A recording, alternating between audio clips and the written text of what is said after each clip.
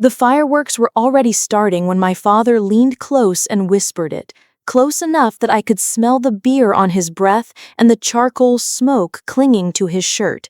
His words cut through the noise of cousins laughing and music blaring from the deck speakers. "She doesn't belong in this family." He said it quietly, almost casually, like he was commenting on the weather. But I heard every syllable. He wasn't talking about a neighbor or some distant relative no one liked. He was talking about Emma, my 9-year-old daughter, his granddaughter. At least, that's what I thought she was. I stood there in the middle of my parents' backyard on the 4th of July, paper plate in one hand, a can of lemonade in the other, and felt the world tilt sideways. Around us, the party carried on. Red, white, and blue streamers fluttered from the porch railing. Someone had strung up lights shaped like stars. The grill was still smoking, loaded with hot dogs and burgers no one was eating anymore because everyone was too full from the first round.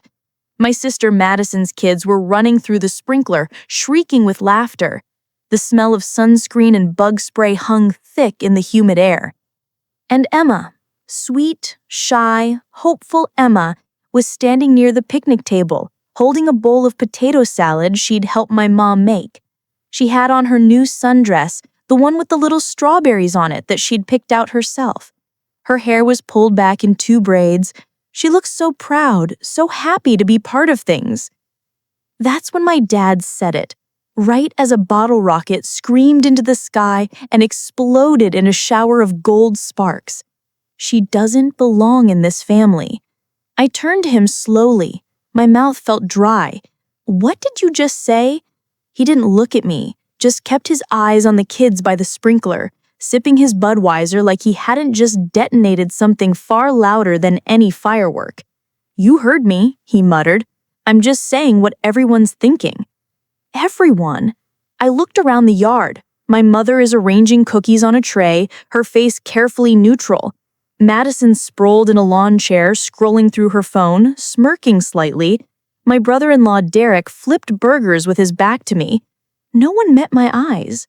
No one said a word. That's when I felt it. The heat rising in my chest. Not anger, not yet. Something colder, sharper. The kind of clarity that only comes when you finally stop lying to yourself. I reached into my bag. The canvas tote I'd brought with me, the one with the reusable water bottles and the sunscreen, and the envelope. The envelope I'd been carrying around all day, waiting for the right moment.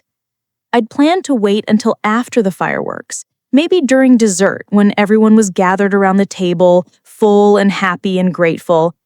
I was going to stand up, clear my throat, and tell them about Aunt Susan, about inheritance, about the $340,000 that had landed in my account 2 weeks ago. Money I never expected, money that felt like a miracle. I'd written it all out, a plan, how I'd split it. $50,000 for my parents to help with Dad's medical bills from his hip surgery, $40,000 for Madison and Derek for a down payment on a house, college funds for the kids. The rest would go into savings for Emma, and maybe a little for us to finally fix the roof.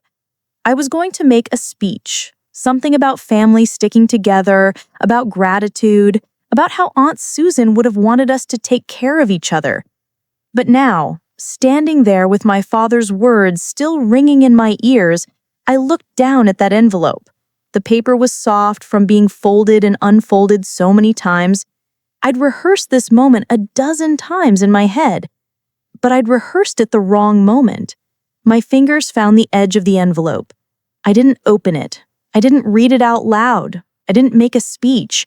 I just stood there, gripping it, while my daughter set the potato salad on the table and turned to smile at me. She waved, a small, hopeful little wave. And I knew. I knew exactly what I was going to do. But not yet. Not here. I shoved the envelope back into my bag, smiled at Emma, and walked over to her. "You doing okay, sweetheart?" I asked, brushing a stray hair from her face. She nodded. "Grandma said I did a really good job with the salad."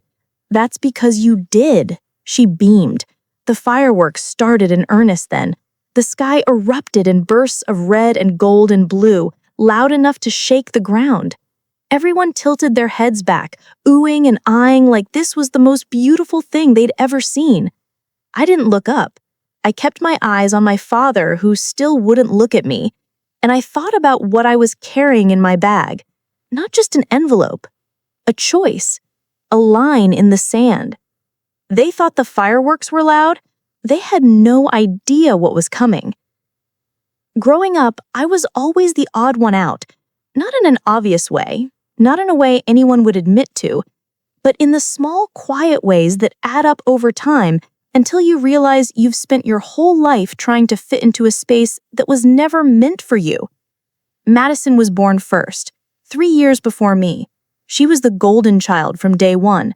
Blonde curls, big blue eyes, that sparkle people talk about when they mean someone's destined for attention. She knew how to work a room before she could read. Teachers loved her. Neighbors adored her. Our parents looked at her like she'd hung the moon. Then I came along. Darker hair, quieter, serious. I didn't cry for attention. I didn't perform. I just existed, steady and unremarkable, like furniture. When Madison threw tantrums, Mom called it spirit. When I asked too many questions, I was told I was exhausted. When Madison wanted piano lessons, ballet, art camp, she got them. When I asked for a library card, Dad said I could walk to the public library myself. By the time I hit middle school, the roles were set. Madison was the star, I was the stagehand. And I accepted it. What else was I supposed to do? I studied hard, kept my head down, and told myself that being smart was enough, that someday someone would notice. Someone did. Mrs. Clarkson, my high school English teacher, told me I should apply to college. Real college, she said, not community college, somewhere good.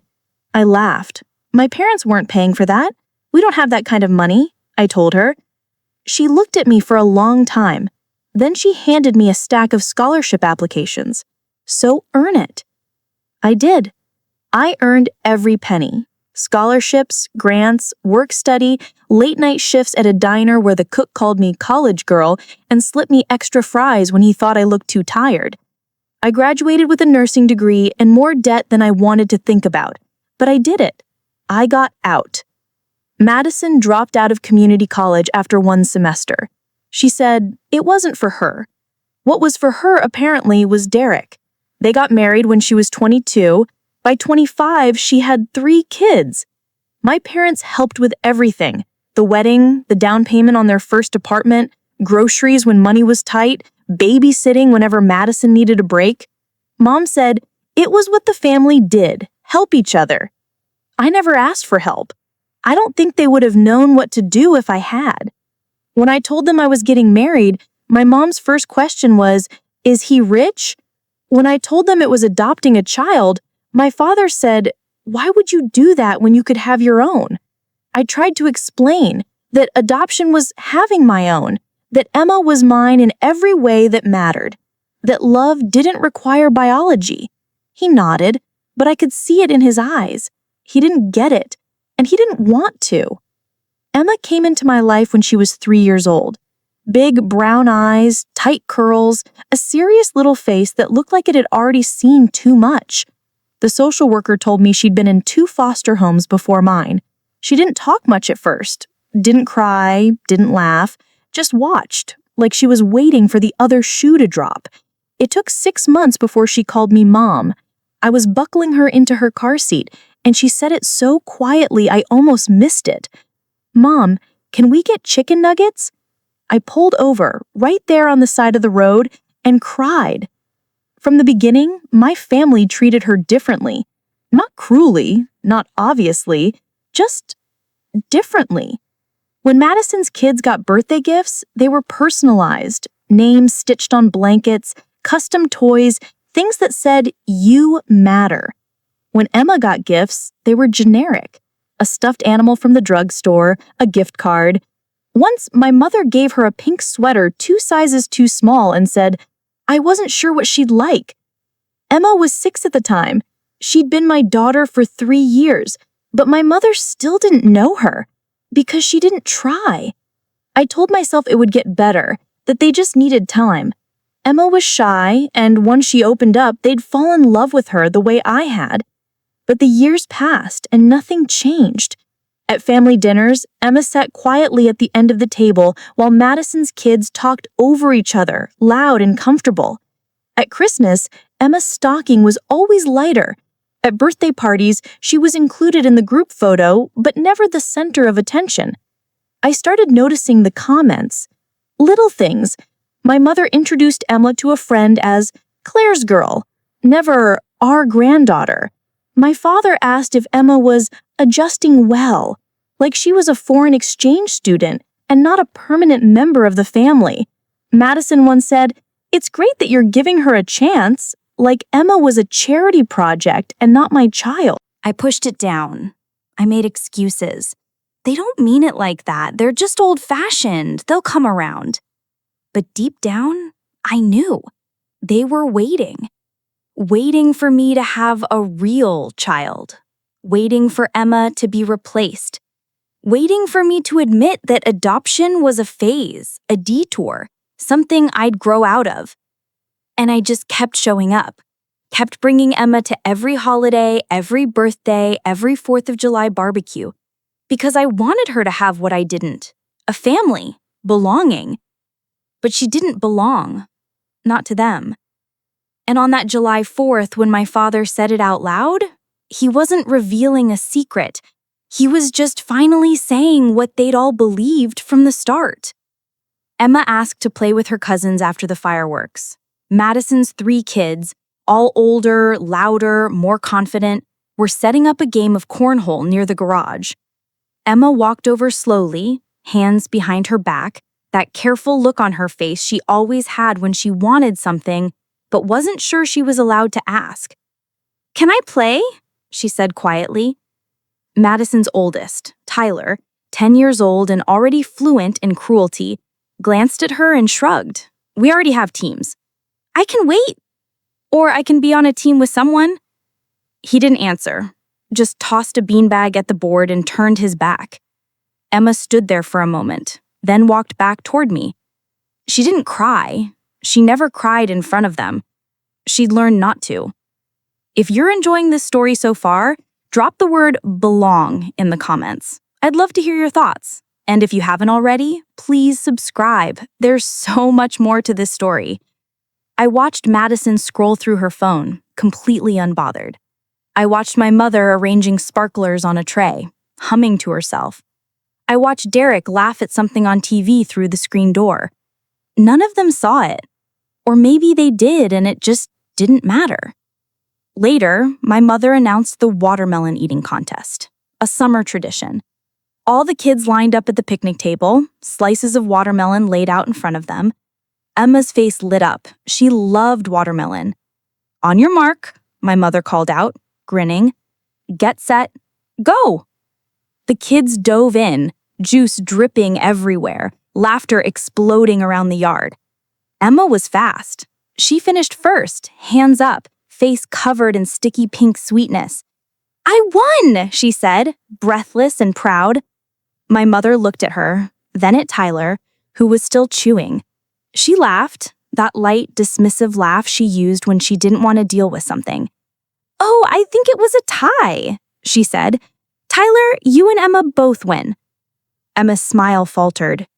"But I finished first." "Well, it's hard to tell," she said, already turning away to grab paper towels. "Let's just say you both did great." She handed Tyler a $5 bill. "Good job, buddy." Emma stared at the table. Tyler pocketed the money without a word. I stood up. My chair scraped loud against the concrete. "She won," I said. My voice came out flat, cold. My mother blinked at me. "What?" "Emma won. She finished first. Everyone saw it." My mother's expression shifted, just slightly, a flash of irritation. "Claire, it's not that serious. It's just a game." "Then why does Tyler get the prize?" She sighed, that long, suffering sigh she always used when I was being difficult. "Fine. Here." She pulled out another $5 bill and handed it to Emma without looking at her. There. Happy? Emma took it. Her hand was shaking. "Thank you, Grandma," she whispered, but my mother had already walked away. I looked at Emma, at the watermelon juice drying on her chin. She folded the bill carefully, like it was something fragile. She didn't meet my eyes. She knew. She knew it wasn't about the money. It was about being seen. And once again, she wasn't. That's when I felt it. Not anger anymore. Certainty. I excused myself and went inside, straight to the bathroom, locked the door. I sat on the edge of the tub and pulled the envelope from my bag. Inside were the documents from the lawyer, the estate paperwork from Aunt Susan. My mother's godmother, technically, though we'd all just called her Aunt Susan growing up. She'd passed away 2 months ago, quietly, in her sleep, at 87. She'd never married, never had kids, lived alone in a small house upstate with too many books and a garden she tended like it was sacred. I'd visit her sometimes, not often, maybe twice a year. I'd bring Emma with me and we'd sit in her sunroom while she told stories about the family, about the Depression, about her brother who died in Korea. She always asked Emma about school, about her drawings, about what she wanted to be when she grew up. She listened. Really listened. When she passed, I went to the funeral alone. My parents didn't go, said the drive was too long. Madison didn't go either. Too busy with the kids, she said. 2 weeks later, the lawyer called me. I almost didn't answer. Unknown number, middle of the day. I figured it was a scam. But something told me to pick up. "Miss Hertman, this is Edward Chen, attorney for the estate of Susan Milford. I have some news regarding her will." I sat down, confused. "Okay.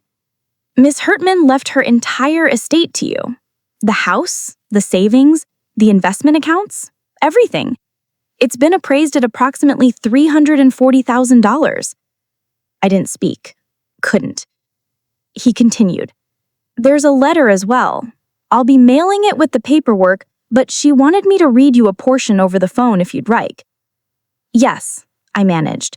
He cleared his throat and read. "Claire, you were the only one who saw me. Not what I could give you, not what I was supposed to be. Just me.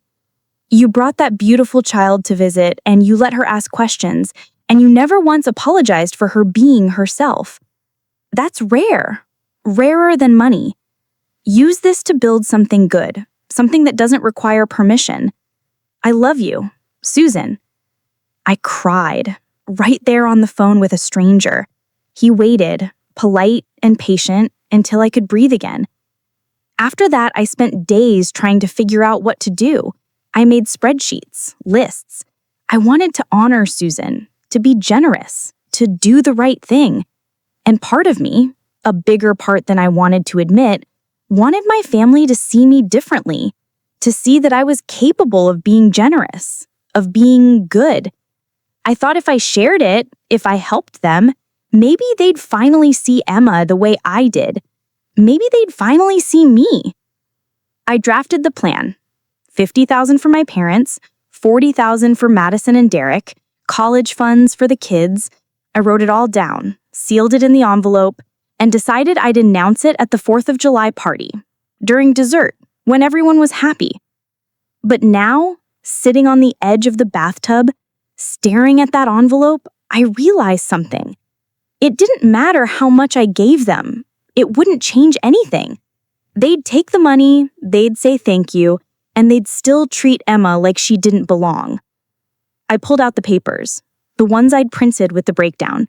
50,000 here, 40,000 there. I looked at the numbers, and then I tore them. Slowly, deliberately. The sound was soft, but it felt loud in the tiny bathroom. I tore until the plan was confetti in my hands. Then I pulled out my phone and opened a note. I typed something new, something simpler. Emma, $320,000 in a trust fund, accessible at 18 for education, 25 for anything else. Me, 20,000, emergency fund. Parents, 0. Madison, 0. I stared at it. My hands were steady. I saved the note, put the phone back in my pocket, flushed the shredded paper. I washed my hands. When I came back outside, Emma was sitting alone on the porch steps, watching the fireflies start to blink in the bushes. I sat next to her. "You okay, baby?" She nodded. But she didn't look at me. "Do you want to go him?" I asked. She looked up surprised. "But we haven't had cake yet." "We can get cake on the way home. Just us?" She thought about it, then nodded. "Okay." We left quietly. I told my mother Emma wasn't feeling well. She barely looked up. "Oh, okay. Feel better, sweetie." Emma waved at my father. He nodded once and didn't say a word. Madison didn't even notice we were leaving. We drove home in silence. The streets were packed with people setting up lawn chairs for the big fireworks display downtown. Cars honked, kids waved sparklers. The whole city smelled like sulfur and summer. Emma stared out the window. Then, softly, she said, "Mom, yeah, baby? Why did Grandpa say I don't belong?" My heart stopped. I glanced at her in the rearview mirror. Her face was calm. Too calm. "You heard that?" She nodded. I pulled into a gas station parking lot, put the car in park. I turned around to face her. "Emma, listen to me. You belong. You belong with me. You belong in our family. Our family. You and me and Dad. That's our family." "But Grandpa is wrong." My voice cracked. He's wrong, and he's mean, and he doesn't get to decide who belongs. I pulled her into the front seat, seatbelt be damned, and held her. She didn't cry, just leaned into me, small and warm and perfect. "I love you," I whispered, "more than anything in the whole world. I love you too, Mom." We stayed like that until the fireworks started downtown, booming and crackling in the distance. We didn't watch them. We didn't need to. That night, after Emma fell asleep, I sat at the kitchen table with my laptop. I opened the files the lawyer had sent, the estate documents, the account information. I created a new trust, Emma's name only, no co-beneficiaries, no contingencies, just hers. I scheduled a meeting with the financial advisor for the following week. I drafted an email to my family, short, simple, no explanations. "Thank you for the party yesterday. I've decided to keep the details of Aunt Susan's estate private. It's a personal matter. I hope you understand." I didn't say how much. I didn't say what I was doing with it. I didn't owe them that. I hit send at 2 in the morning. Then I went to bed and slept better than I had in years. The fallout started exactly 3 days later, Tuesday morning. I was at work, halfway through a shift in the ICU, when my phone started buzzing in my locker. I didn't check it until my break. 12 missed calls, 17 texts, 3 voicemails, all from my family. The first text was from Madison. "Call me, now." The second was from my mother. "We need to talk about Aunt Susan. This is important." The third was from my father. "You better not have done something stupid." I didn't call back. I finished my shift, drove home, made dinner. Emma told me about a book she was reading, something about dragons and a girl who could talk to them. I listened. We ate spaghetti, cleaned up together, did her homework at the kitchen table. Normal. Quiet. Hours. My phone kept buzzing. I turned it off. But they didn't stop. The next morning, my mother showed up at my house. I opened the door, coffee in hand, and there she was, arms crossed, lips pressed into a thin line. "We need to talk," she said. "About what?" "Don't play dumb, Claire. Susan's estate." I took a sip of coffee. "What about it?" "A cousin mentioned it, said you inherited a significant amount of money." I didn't answer. Her eyes narrowed. "How much?" "That's private." "Private?" Her voice pitched upward. "We're your family. You don't get to keep secrets like that." "Why not?" She sputtered. Because we've been counting on that money." And there it was. I set my coffee down. Counting on it? For what? Your father's medical bills, the surgery you know we can't afford. You didn't even go to Susan's funeral. That stopped her. What? You didn't go, I repeated. Neither did Dad. Neither did Madison. You said it was too far, that you were too busy. But I went. Emma and I went. We were the only ones there.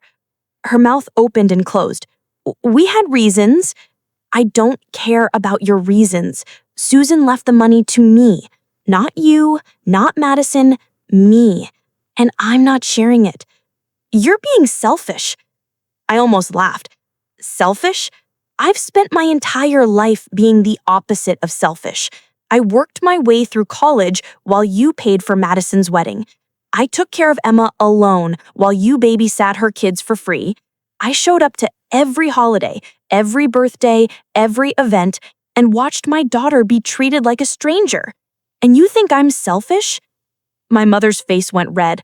That's not fair. Isn't it? We've always treated Emma well. You told her she tied in a contest she clearly won. You introduce her as my girl, not your granddaughter. And Dad? I stopped, took a breath. Dad said she doesn't belong in this family. Silence. My mother's face went pale. He didn't mean. Yes, he did. And you all agreed. I saw it in your faces. None of you corrected him. She looked away. What do you want me to say? Nothing. I don't want you to say anything. I want you to leave. Claire, please leave.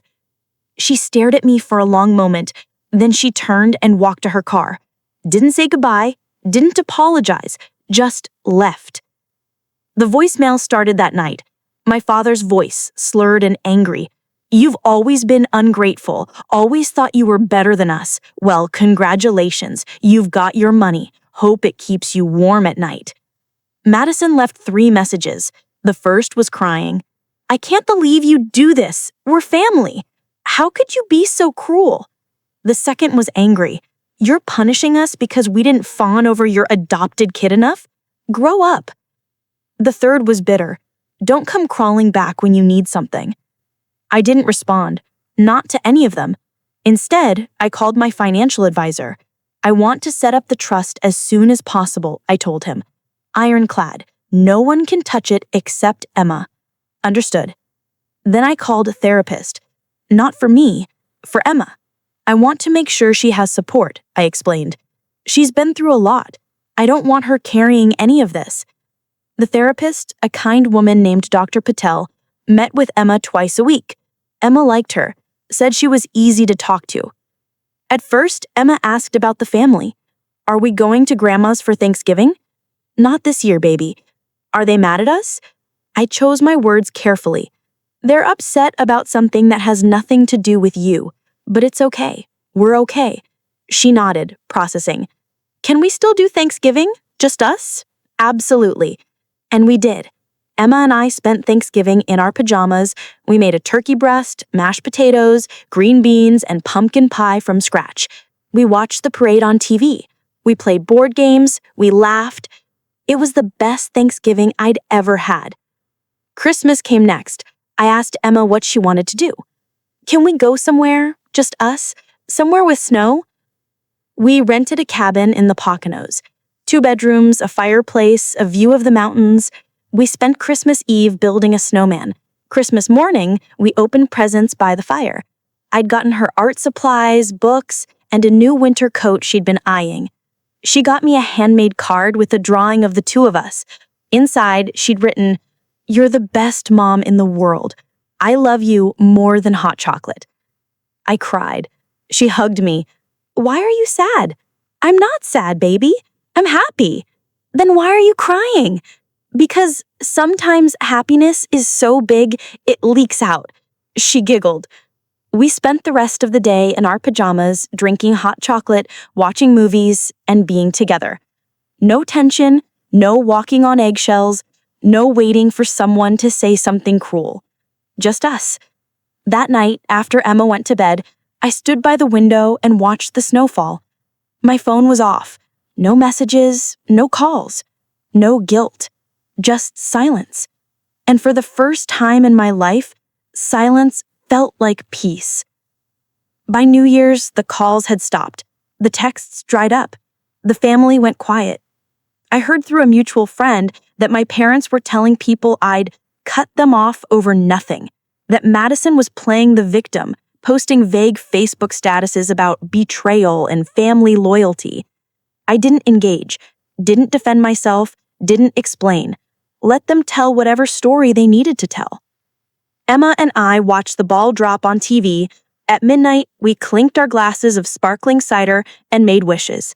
"What did you wish for?" I asked. She grinned. "Can't tell you. It won't come true." "Fair enough." She looked at me, suddenly serious. "Mom?" "Yeah?" "Are we going to be okay?" I pulled her close. "We're already okay, baby. We've always been okay." And I meant it, because somewhere along the way, I'd stopped waiting for my family to see us. I'd stopped needing their approval, their validation, their love.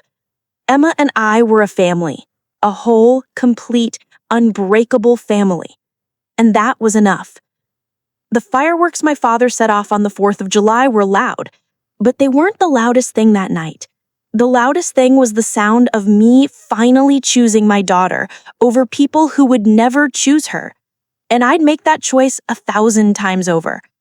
So let me ask you, do you think I went too far?